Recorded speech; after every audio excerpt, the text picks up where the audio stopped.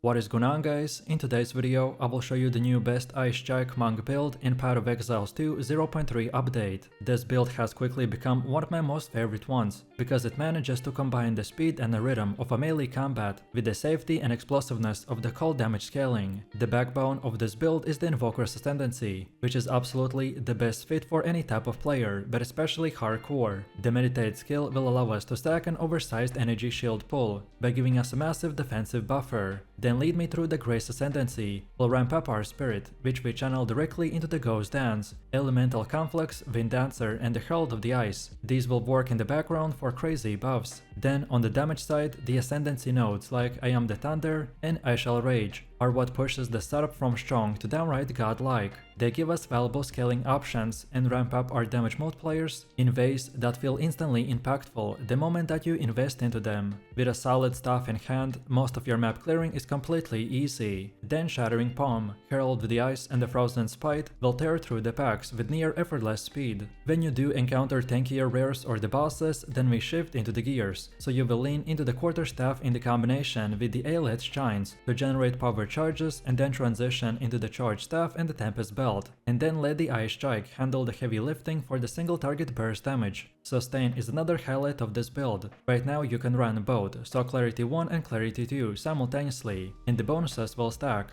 This provides enormous increase to mana regeneration. If you combine this with at least one mana leech affix on your rings and some additional flat mana rolls, then you will never find yourself starved for resources in the middle of combat, so you can basically do crazy amount of damage 24/7. And remember, if you want to check this build, look up the best items, the skill trees and path of building, then check my link in the description. And before we continue, thanks to U4GM. They are a pro website that provides POE2 services like cheap currency, then even to trade all types of quality items and gems and much more. They have also more than 20,000 positive comments on Trustpilot, and this website is really worth a try. So make sure to use my discount code KAID for extra 6% off. So let's take a look at the skill gems. The Ice Strike itself is the centerpiece. Every swing will convert your melee attack into icy projectiles that fan outward, chilling and freezing enemies on the contact. This gives you the best of both worlds, so deadly single target pressure for bosses and wide screen control for clearing maps. To keep the tempo consistent, the Quarterstaff Strike will play a vital role. It fuels your charge generation and allows you to maintain a smooth rhythm of attacks. When paired with the Aeolith Chimes, the Quarterstaff Strikes ensures that you're always primed to unleash the Charge Staff, or combine it with the Tempest Belt if the moment calls for it. The Shattering Palm then joins the setup as an additional cold damage source. It keeps the pressure on the enemies between Ice Strike volleys, and synergizes beautifully with the freeze mechanics, by stacking damage while locking down the targets. Then Herald of Ice is where this build really shines in the term of clearing speed. Every time you shatter a frozen enemy, the Herald of Ice will trigger a cascade of icy explosions that spread across the entire packs. This means that Ice Strike does not just kill the first enemy it touches, it actually sets off a chain of reactions that wipe the screen in seconds. Then Meditate keeps your mana stable and smooths out the cooldowns, so you never feel locked out of your rotation. Then Elemental Conflux will spike your elemental damage across the board by amplifying your cold output to levels that can shred even endgame bosses. And then Ghost Dance provides a layer of survivability that doubles as mobility by giving you the freedom to reposition quickly, dodge telegraph attacks, and keep yourself alive when fights get messy. I also want to point out that the Aeolith Chime is not negotiable here. Without it, the build loses its seamless charge generation, and the combat rhythm will feel clunky. And on top of it, just as critical, you must also run both, so Clarity 1 and Clarity 2 together. These bonuses will stack by allowing you to stay in the thick of a combat 24/7. Then next up we have the passive tree, and for the Ice Strike Invoker it's deliberately structured to maximize cold scaling while stacking enough defensive mechanics to make even hardcore progression viable. The first and most obvious focus is on the cold specialization. You want to prioritize nodes that increase cold damage, penetration and the freeze chance. This gives your Ice Strike the power to both shred through the enemies and control them at the same time. Freezing enemies is one of the strongest defensive mechanics available, and this build really weaponizes it fully. Then our second focus is on the aerial scaling. Ice Strike projectiles and the Herald of Ice explosions both will benefit massively from increased AoV, so by investing into these nodes, you don't just deal more damage, you actually cover more ground with every attack, which makes your clear faster and more consistent. This is a crucial part of what makes this build feel so smooth to play. Then mana efficiency is another important choice, because we spam the Ice Strike constantly, so we wanna go through the nodes that give us mana recovery and sustain nodes, and this is boosted by the charge generation and crit scaling, which both synergizes beautifully with Invoker's Ascendancy. Overall, with these investments, the build bursts feel reliable, not streaky, and your resource engine never falters. And then defensively, the passive tree leans heavily into the Ghost Dance synergy, so you build layers of evasion, dodge and energy shield recovery that allow us to avoid, mitigate and recover from incoming damage. Frozen enemies combined with the evasion-based passives will create a defensive loop, where you're both harder to hit and actively reducing the number of enemies. Altogether, this passive tree will achieve the perfect balance, so offensively it implies cold scaling, critical multipliers on AoV, and then defensively we combine evasion, freeze and the shield sustain. The result is a build that feels deadly without ever being squishy, and is perfectly suited for any type of player, but especially hardcore.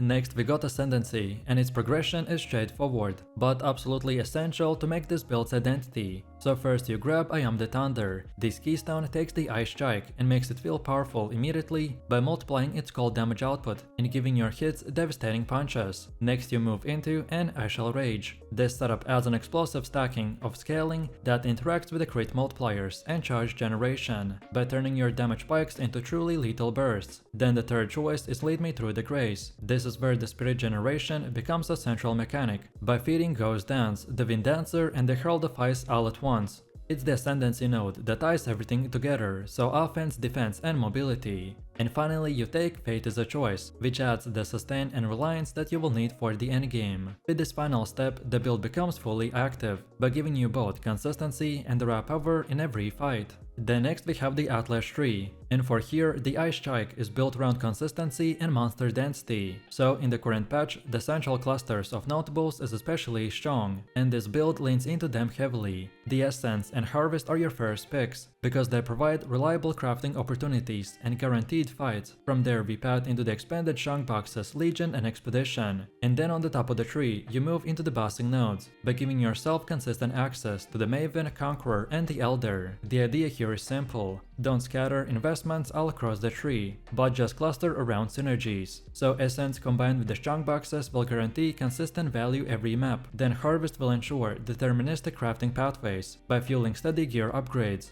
Then Legion and Delirium crank up the monster density, letting the Herald of Ice clears shine in the crowded encounters. Overall, this approach will give you a reliable stream of currency and the gear progression, while also keeping the boss content available whenever you want to pivot into the endgame farming.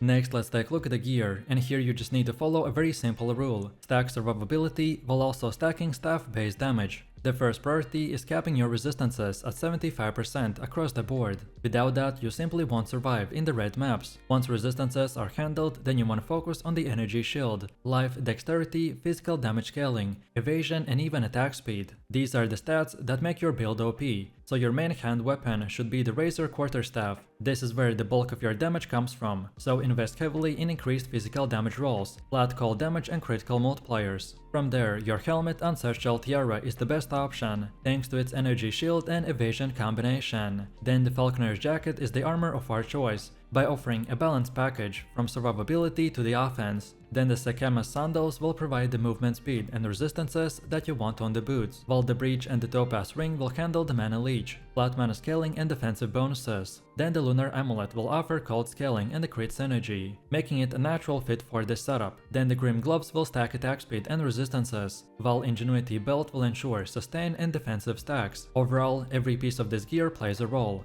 and while the staff does the heavy lifting, it's the synergy across the rest of the kit that makes the build feel truly unshakable. And finally, don't forget about the anointment, and we wanna go with the Bestial skin. It's cost effective, efficient, and works beautifully with the scaling properties of our build. And now finally, let's see how to actually play this build. Your main loop is simple but endlessly satisfying, so Ice Strike is your core ability. You will be spamming it 24/7, clearing packs, freezing enemies, and laying down steady pressure against bosses. Every strike sends icy projectiles across the battlefield by stacking damage and control at the same time. Then to keep your engine running, you want to weave in the quarterstaff strike. This generates charges that fuel charge staff, ensuring that you always have the burst potential when you want it. Once momentum is rolling, then you drop Shattering Palm into the mix. This is your bursty AoV option, especially potent in boss fights or against highly packed mobs. Then Hurl of Ice will run passively, as it transforms your combat into an avalanche of explosions. At this time, you want to focus on chaining freezes into the shatters, and you will watch entire screens vanish in icy detonation. Then, when your mana starts dipping, then Meditate keeps you topped off, with the Elemental Conflux will spike your damage output during the key phases. And then finally, the Ghost Dance is the last tool in your kit, by letting you reposition, getting the dodge mechanics and staying alive during the most dangerous fights. So Ice Strike sets the pace, then the Quarterstaff Strike keeps your charge,